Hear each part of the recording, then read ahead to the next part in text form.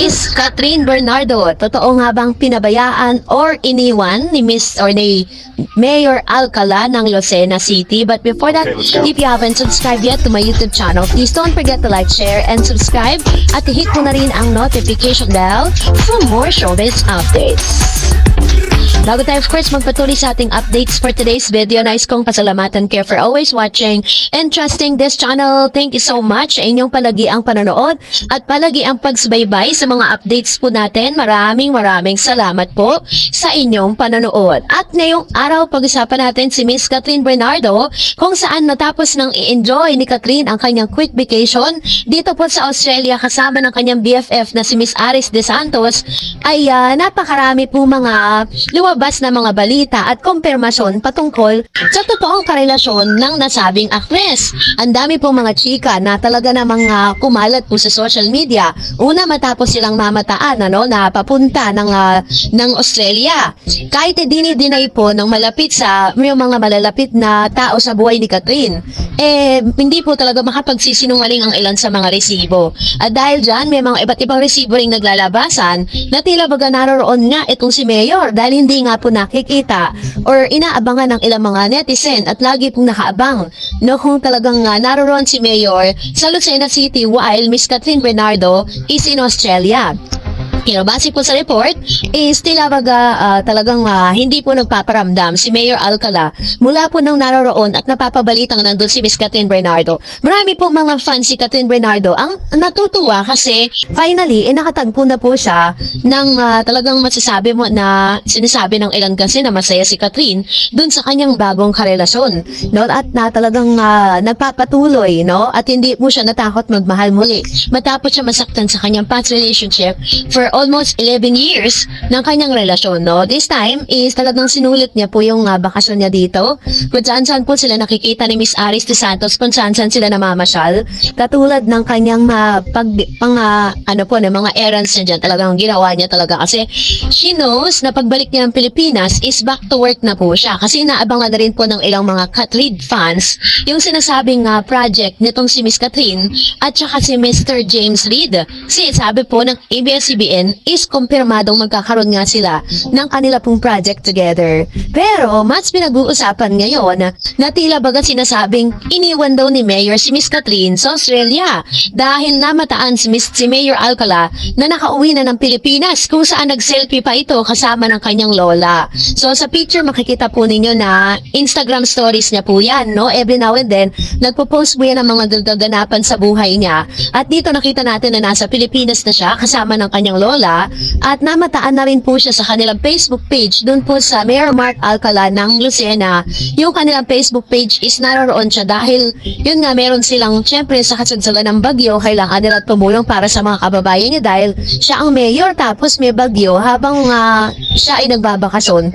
Yung mga kababayan niya binabagyo. So isa rin yan siguro sa mga kadahilanan kung bakit mas nauna si Mayor umuwi kaysa po kay Miss Catherine Bernardo. So ngayon wala pa pong paramdam si Catherine kung nakababa na ba siya ng Pilipinas or sabay ba sila talaga. Pero sa pagkakaunawa ko at sa pagkakasagap natin ng mga balita, nauna po itong si Mayor Alcala dahil nga yun, siyempre meron po siyang mga kailangang asikasuhin lalo na't ngayon may sunod-sunod na mga bagyo na dumating po dito sa Pilipinas at isang probinsya po nila sa mga naapektuhan.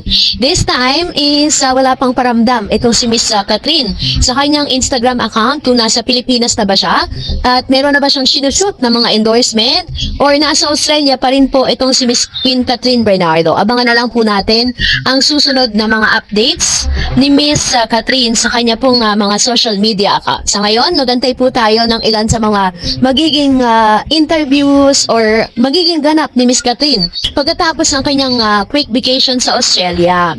So, let's be happy for Catherine. Ano man ang mga lumabas sa mga balita katungkol sa kanyang pagbubuntis daw di umano na hindi naman totoo, diba? So, huwag natin masyadong paniwalaan niya. And for that, narito naman ang ilan sa mga comment reaction po ninyo patungkol naman sa ating latest update. So magbabasa tayo basahin ang mga comments niyo sa comment section dahil marami pong mga violent reactions at mga reaction ninyo sa comment natin. So, unahin natin si Missy Lavender. Sabi niya, who cares kung buntis si Kat? May ama or wala?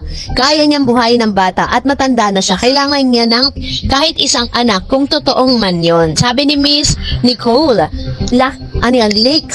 Mga lalaki, syempre pwede, wag gamitin tahimik na si Daniel. Mayor nila yan, babaero, mas let's see your forever young happiness. Ayan.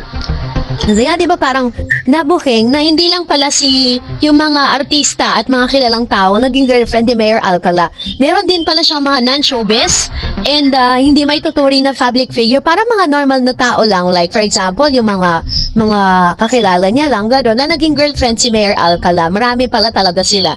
Sabi ni Flowers, naku Kat, masira ang pagkatao mo dyan, buntis na naman. Bakit hindi lumalaki ang tiyan ni Kat? Patunayan mo na yan, Kat. Ilang buwan na ba kayo ni Mark? Bakit buntis agad? Nasira na ang karir mo ngayon, Kat, kawala ng gana manood sa movie, Kat. Sayang, baka pinilit mo lang kay Mark. Hindi mo pa alam kung ano ugali ni Mayor Mark. Sayang naman, baka ubus na naman ang luha mo dyan kay Mayor Kat. Pareho silang walang pinagkaiba kay Daniel at Alden. Si Mark Alcala, sana pag-isipan mo mabuti. Kat, bago. Ayan. So, gusto ko lang po i-clear out sa inyo ha. Hindi po totoo yung balita na siya po ay nagdadalang tao. Hindi po totoo ang balita na siya po ay buntis at ang amay si Mayor Mark Alcala. Kasi katulad ng sinabi ko po sa inyo sa aking last update, diba? Kung si Mr. Daniel Padilla nga, na nakarelasyon niya for 11 years, hindi siya nagpabuntis. Ito pa kaya si Mayor Mark, nakakakilala pa lang niya, diba? Alam ko po na parang planado na ni Miss Catherine Bernardo yung kanyang mga next few years na kung saan kailan siya gustong mag-settle down. Sabi pa niya, sana pag-isipan mo mabuti Kat bago ka pumasok sa relasyon ng totoong-totoo na parang isip bata pa si Mayor Mark. Pareho lang silang lahat. Wala ang pinagkaiba sa kanila. Maghinay-hinay ka lang Kat sa panahon ngayon. Delikado talaga sa yaman mo na ngayon. Kat, wag magkumpiyansa dahil baka masilaw sa pera. Mag-ingat ka Kat. Bahala, wala kang jowa o asawa. Safe lang ang buhay mo ngayon ng panahon. Ingat na palagi Kat, always your family beside you. Kat, huwag mong ipabaya sa ibang buhay mo Kat. Sobrang yaman mo na. Baka may intention sa'yo, mahirap na. Don't trust of others Kat, trust your family. Yan. So ito naman yung kanyang komento with regards to this. Maraming salamat po Ma'am Chi Flowers soon sa inyo pong komento at sa inyo pong concern para kay Miss Catherine Bernardo. Salamat po sa inyo, no? At yun nga, katulad ng sinasabi ko sa inyo, the rumor is not true. So, pinak-check na po natin yan. Another one, sabi ni Miss Rosalie Nuina, ay nako, di siya buntis kay Daniel kasi nakabantay lagi si Min. Pero nawala na siyang bantay kasi imposible kasi laklakera pa naman siya ng alak. So, alam natin na kapag nalasing na, madaming bagay hindi makontrol. Buti nga sa kanya kung nagpakatanga siya. Ay, grabe yung mga revelation na yan. So, katulad at uulitin ko po, hindi po totoo yung mga rumors na nagdadalang tao siya. Another one, sabi ni Miss Bon Francis, Kat is not getting any younger. Maybe now she's ready to have a baby. What's wrong with that? Sabi ni Miss Ellen Prani. Super duper peking balita. Ayan. Salamat Miss Ellen Prani sa inyo pong komento. At salamat din po sa lahat po ng mga nag-comment sa comment section. And that's it for today. For more videos and updates, please don't forget to like and subscribe. And please don't forget to follow my Facebook page, Dar Eds TV. God bless everyone!